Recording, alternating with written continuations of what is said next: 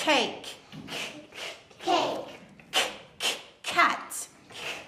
Cat. Candle. Candle. Cow. Cow. Carrot. Carrot. Well done. Marner's always had phonics teaching, so we're not doing anything new in that sense. Phonics has always been an important part of the literacy. And we've also always had good foundation stage practice. So for us, it's been very useful to take part in a programme that's been much more systematic because we had a good basis to work from. In our school, we've got 60 children in reception. The classes are full, 2 classes of 30. And we've got 2 teachers, EAL support for about 2 days a week, and always at least a TA each. And everybody in the team is trained to teach phonics. This is what I've taken out of my handbag. This is cash. We call this cash. Money. Cash money. £20 money. So exciting, isn't it? That's all the money from my bag. That's all I've got, okay? So we're going to think about the word cash. Now, what I need you to do, like you do every day, is to tell me all the words that you can think of that rhyme with cash.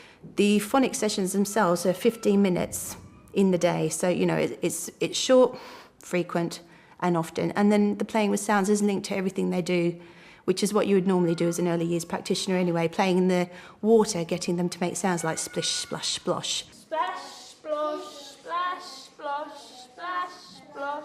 Stumble, trip, stumble, trip, stumble, trip. Swishy, swashy, swishy, swashy, swishy, swashy. If the children are not hearing the sounds, if they're not using the sounds, they're not going to be able to write, they're not going to be able to read. Remember, this is the only one where you can stick your tongue out at the teacher. Want to see your tongue? Off you go. The concentration on sounds and words and letters is there throughout everything they're doing, which makes it much easier, I think, for the children. He was doing this. He was going through the cabbages. Can you be a curvy caterpillar crunching the cabbages? Ready? Get your hands ready. Off we go. They were delicious, those crunchy cabbages. The Rose report was really interesting for me when it came out to look at what it said. And one of the main things that came across to me from it was that although Jim Rose is obviously very keen on synthetic phonics, that one of the important things he was saying is that it's not the type of phonics, but it's how systematically it's used within a school. The children come in and they do a phonics session in the morning, every morning. And we basically start off the day like that. You know, we have some songs and that, and then we go into phonics. And we've got sort of groups of about half a class size. And the children are at different stages. We've got stages 1 to 5 currently. And the children move between the stages. If we feel that the child's not coping at that stage, we'll move them down a stage. If we think they're excelling, which are currently at stage 5, some of them are, we'll move them up a stage. And because we have such small groups, 15 children, we really know the children well. It can be done in any area of the curriculum. When the children are studying mini-beasts, they might be searching for mini-beasts that all begin with the first phoneme, the same first phoneme. They're trying to write the names of the mini-beasts by sounding out the words. At Marner, many of the children who come into reception speak little or no English. We all know English is a complex language, and it's mentioned in the Rose report that it's important not to leave anything to chance, and I think that's exactly where we're at, that children are not going to just pick up and understand the issues within the language itself, but they need to be explicitly taught it, particularly because of their own language needs. What do we do if we don't know a word? What's the first thing we do? We blend them out. Before we blend it out, we sound out the letters. Do we sound out the first phony first? Yeah. No, it's the first 3, yeah? The children are really making progress in their reading because we're doing the guided reading more frequently. We were originally doing it just once a week, but we've really put the effort in and made sure that every group reads twice a week. It may be during the day at some other time. Maybe the class are having a story and the children have some guided reading, or on Friday when they have music, some staff will stay down and do a guided reading. We try to fit it in so that everyone gets 2 sessions of guided reading and that it doesn't interfere with their other areas of learning. After we sound it out, imagine if we still don't know what the word is, what do we do? Look at the picture. Before we look at the picture, we read on, and then if you still don't know what it is, you can... Look at the picture. Yes, then you can look at the picture.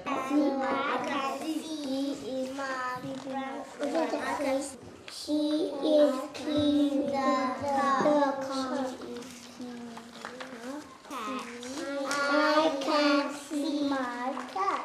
Quite a lot of children who come into early years are actually just beginning to become English language speakers. So they need the experience of hearing what the sounds are so that they can actually begin to make the sounds themselves. So I'm going to say some words like our robot. You know, we do the robot every day. I'm going to say some words to you, and I want you to tell me what the robot is saying by blending the sounds, okay? Listen. K, a, sh. M, a, sh. Mash. L, a, sh. Flash. Okay, so if I say to you, cash, I want you to go k, a, sh, and then write cash on your board, and then I want you to underline each sound, remembering to put one line under this diagram. Could everybody write the word wish? Wish. We did that this week. Sound it out, wish. There's been a sharp rise in the quality and the sophistication of the vocabulary that the children are using. Sh.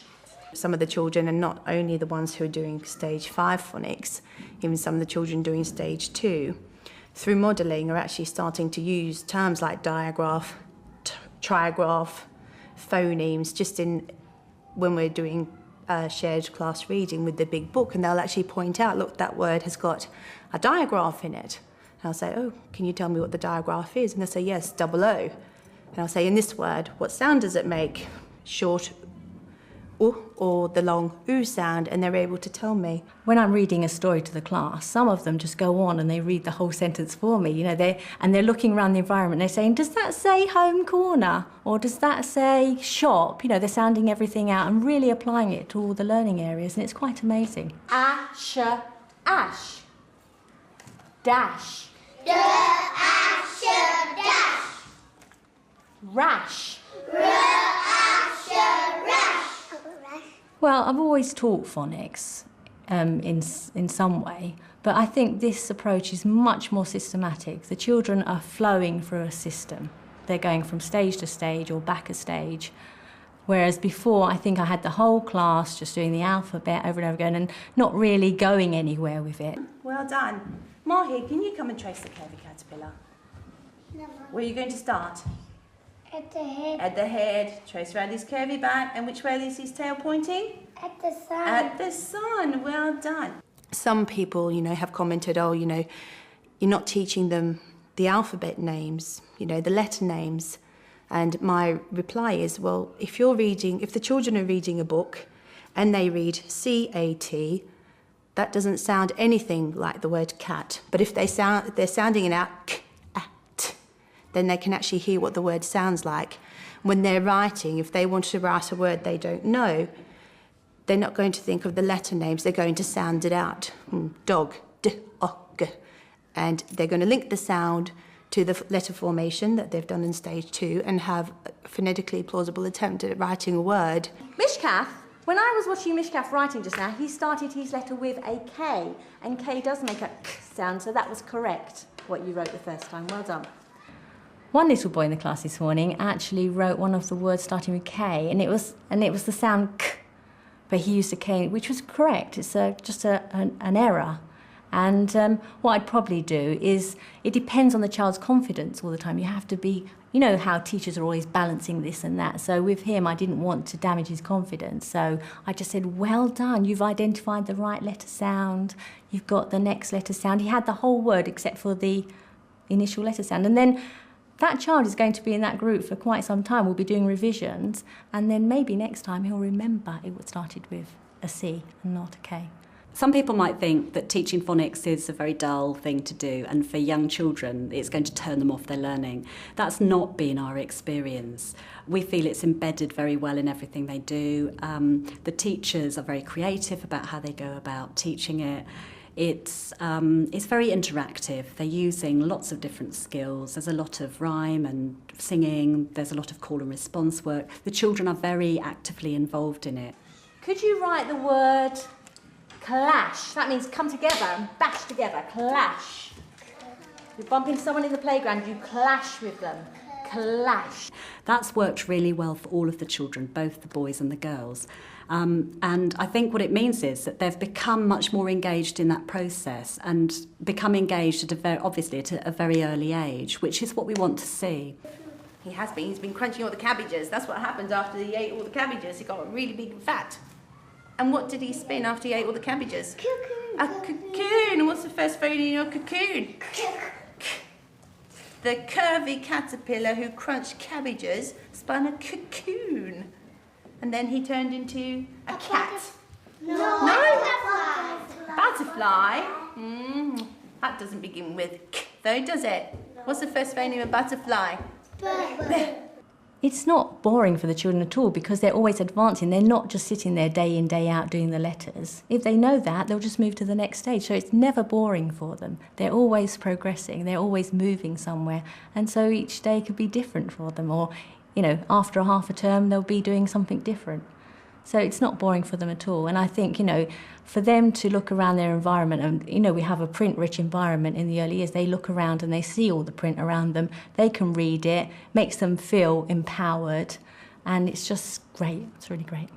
We don't push the children on unless they're actually ready for it. If they're not ready to move to stage 2, then we provide them with activities they can continue on with, to get them ready to move into stage 2, get them ready to be able to hold a pen so they can start to form the letters correctly. A huge benefit for the children and for the school is that we're very, very clear about where they are in terms of their learning, their language and their learning at the end of their reception year, which means that they've got a really good head start when they move into year 1. What we're hoping is that the impact of that will be that we need to offer less intervention programmes higher up the school. We know now who the children are we need to pick up in year 1. We know what their needs are. We know what we need to be looking at. And I don't think we've ever before had that position. We've not been in that position to know enough about their learning needs at that point. And I think it will really benefit us and the children. They are much more successful learners. They're more motivated to read and write. It has a big impact on what they're doing. And, it's just going to make it easier for the children as they progress through the school. What's that? One shiny wet nose, 2 big furry ears, 2 big goggly eyes.